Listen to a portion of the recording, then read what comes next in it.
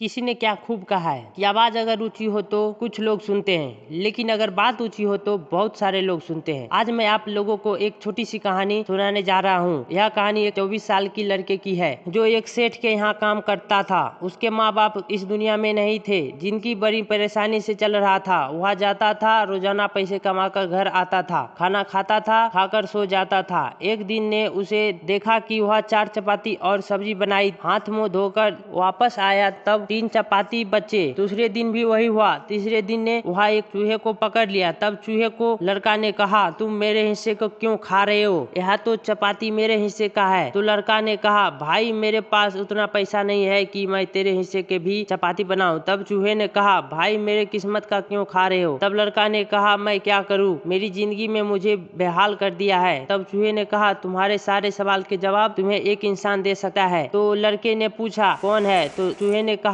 गौतम बुद्ध है। उनके आश्रम में जाओ, उनसे अपनी जिंदगी के बारे में पूछना, वह तुम्हें रास्ता बताएंगे करना क्या है। लड़के ने कहा, बहुत बढ़िया बात है। लड़के ने चूहे की बात मान ली और गौतम बुद्ध से मिलने चला और सेठ से छुट्टी ले ली। रास्ता लंबा था, रात हो गई। इस लड़के को कुछ दिखाई नहीं दे रहा था। तो थोड़ी दूर पर जाकर एक हवेली दिखाई दिया। जाकर शरण मांगी। हवेली की मालकिन ने पूछा कि बेटा कहाँ जा रहे हो? तो लड़के ने कहा, गौतम बुद्ध से मिलने उसके आश्रम जा रहा हूँ। तो मालकिन ने कहा, बहुत बढ़िया जगह जा रहे हो। गौतम बुद्ध से हमारे एक सवाल के जवाब लेकर आना, अगर वह सवाल का जवाब दे दे तो। लड़के ने कहा, जरूर आपके सवाल पूछूंगा, बताइए। तब हवेली की मालकिन ने कहा, बेटा मेरी एक 20 साल की बेटी है जो 20 सालों से एक शब्द भी नहीं बोल सकती। वह बस तुम उनसे यह पूछ लेना कि यह कब बोलेगी। यह बोलते बोलते उनके आंखों में आंसू आ गई। तब लड़के ने कहा, माताजी आप परेशान मत होए, मैं जाऊंगा और आपके सवाल के जवाब मैं जरूर लाऊंगा। लड़का अगले दिन चल पड़ा।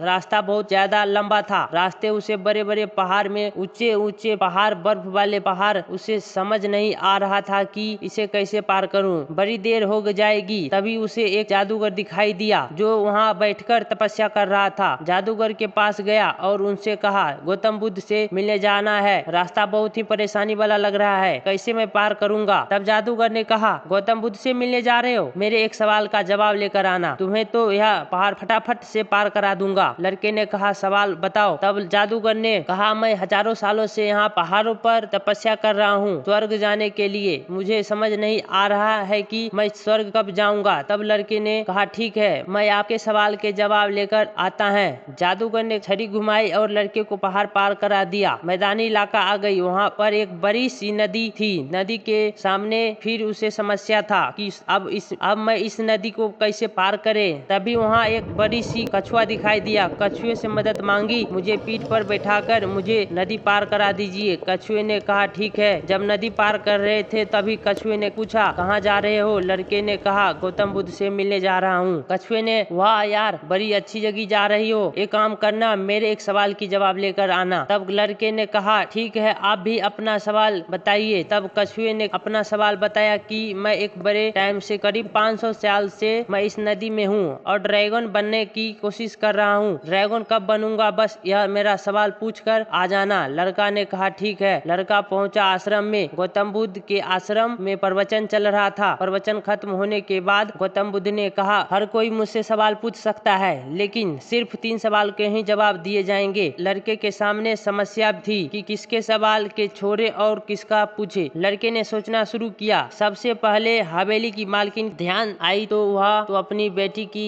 इलाज कराना चाह रही है। उनकी बेटी बोल नहीं रही है, उसकी आंखों में आंसू थे, उनका सवाल पूछना जरूरी है। दूसरा जो तस्वीर आई नजर में आई, वह आई जादूगर वह हजारों सालों से वहाँ तपस्या कर रहा है बर्फीली पहाड़ पे। तीसरी तस्वीर आई कछुए की जो 500 सालों से नदी में ड्रैगन बनना चाह रहा है। फिर लड़के को अपनी तस्वीर नजर आई जो सेठ के यहाँ एक लड़का नौकरी कर रहा है। लड़के ने सोचा, मैं तो नौकरी कर ही रहा हूँ, खाना खा ही रहा हूँ, ठीक चल ही रहा है, थोड़ी और मेहनत करूंगा कुछ बदलेगा। लेकिन इन तीनों लोगों की जिंदगी में बदलाव लाना जरूरी है। इन तीनों के सवाल पूछना जरूरी है। लड़के ने गौतम बुद्ध से उन तीनों के सवाल पूछे। गौतम बुद्ध से जवाब दिया। सबसे पहले हवेली की मालकिन सवाल के जवाब उन्होंने कहा, उस हवेली की मालकिन की बेटी जो 20 साल की है, उनकी जैसे ही शादी होगी वह लड़की बोलना शुरू कर देगी। दूसरे सवाल की जवाब देते थे। गौतम बुद्ध ने कहा जो जादूगर है उसे कहना छड़ी छोड़ दो। जिस दिन उसने उस छड़ी को छोड़ दिया, त्याग कर दिया, वह स्वर्ग चला जाएगा। तीसरे सवाल था कछुए का। गौतम बुद्ध ने कहा उस कछुए से कहना कि वह अपना कब्ज उतार दे। जिस दिन उसने कब्ज उतार दिया उस दिन वह ड्रैगन बन जाएगा। लड़के प्रणाम किया और चल पड़ा। वापस रास्ते में कछुआ मिला। कछुए से कहा भाई कब्ज उतार दो।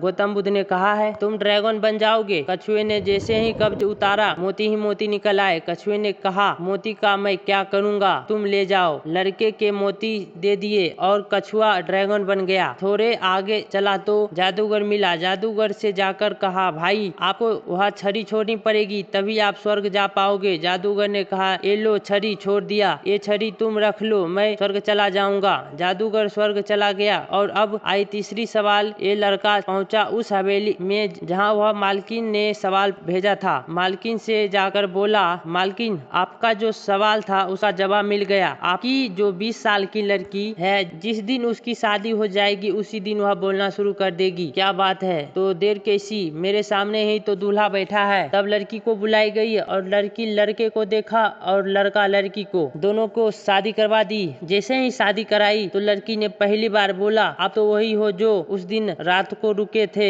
लड़की ने बोलना शुरू कर दिया। लड़के के पास में जिंदगी में पैसा आ गया क्योंकि मोती ही मोती और जादूगर की छड़ी था और साथ ही साथ शादी भी हो गई। लड़की की जिंदगी सेट हो गई क्योंकि सिर्फ वह अपने सवाल का त्याग कर दिया था। इस दुनिया में जहाज होता है वह किनारे पे होता है तो सुरक्षित होता है, सबसे ज्यादा सेफ होता है, लेकिन उसे दूसरे किनारे पर जाने के लिए इस किनारे का त्याग करना पड़ता है। लहरों से भिड़ना पड़ता है और उसका मुकाबला करना पड़ता है। इस लड़के ने जब तक अपना सवाल नहीं छोड़ा था तब तक जवाब नहीं मिले थे। यह छोटी सी कहानी लाइफ में बहुत बड़ी बातें सिखाती है कि अगर आप कमाल करना चाहते हैं तो त्याग कीजिए उन बुरी आदतों का, आलस्य का। सुबह जल्दी उठना शुरू कीजिए और लाइफ में बैड हैबिट है उन्हें हटाइए, तभी जाकर आप कमाल कर पाएंगे। तो दोस्तों आप लोग को यह कहानी कैसा लगा आप लोग हमें कमेंट करके जरूर बताइएगा। आप लोग को अगर यह वीडियो पसंद आया तो आप लोग हमारे वीडियो को लाइक करें, हमारे चैनल पर नहीं हो तो हमारे चैनल को सब्सक्राइब करें। धन्यवाद।